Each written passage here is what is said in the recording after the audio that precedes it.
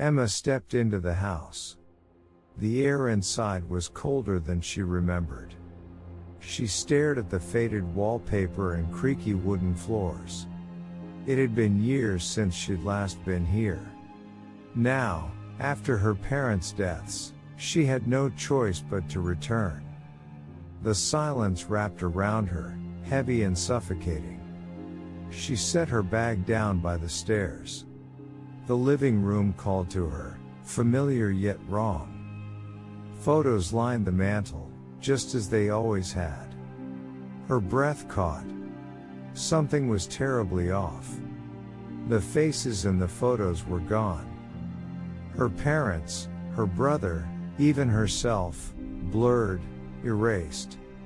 Emma's hands trembled as she picked up a frame. Her stomach churned at the blank faces.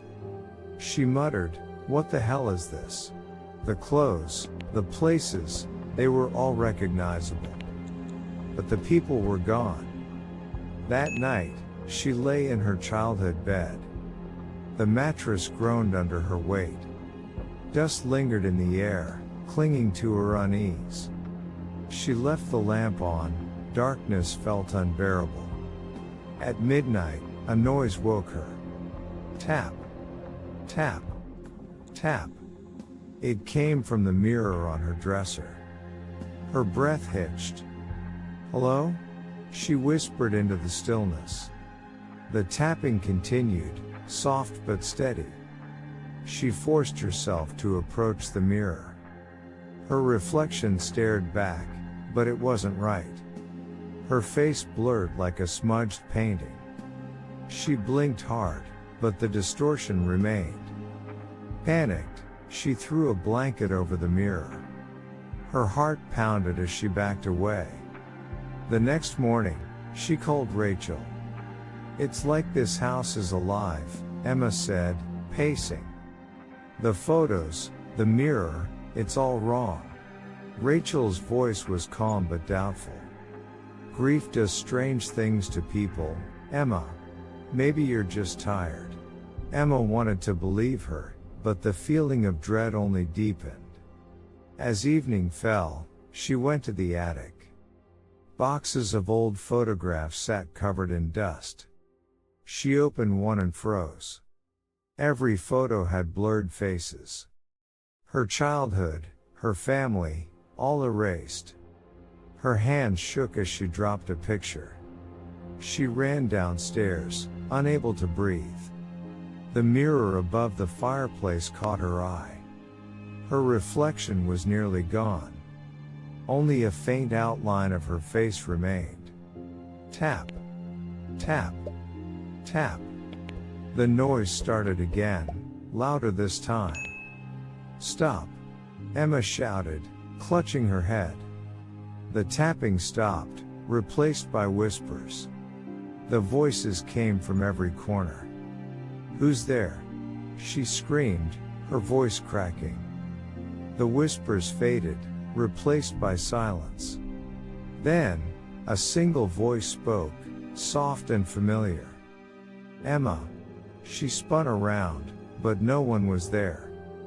The mirror reflected her again, but something was wrong. Her reflection smiled, an unnatural, wide grin. "You don't belong here," it said, voice distorted. She stumbled back, shaking her head in disbelief. The lights flickered, and the room plunged into darkness. When they came back on, the mirror was empty. No reflection, just the room behind her. Footsteps echoed above her, slow and deliberate. She grabbed a flashlight and climbed the stairs. The hallway seemed longer than before, unnatural. Doors on either side pulsed, breathing like living things. At the end of the hall, her parents' bedroom door stood ajar. Light spilled out, casting long, menacing shadows. She stepped inside and froze. Her family sat on the bed.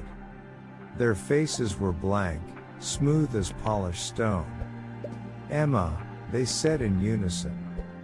Their voices were flat, emotionless. Tears streamed down her face as she stumbled back. The door slammed shut behind her. "You left us," the voices said, growing louder. "Now you're one of us." Her body wouldn't move, frozen in place. Darkness swallowed the room, pressing in on her. When the light returned, she sat on the bed. Her reflection in the mirror was gone. Instead, she stared at a blank face, featureless and hollow. Her family smiled behind her in the glass. She couldn't scream. The house had claimed her. And it wasn't done.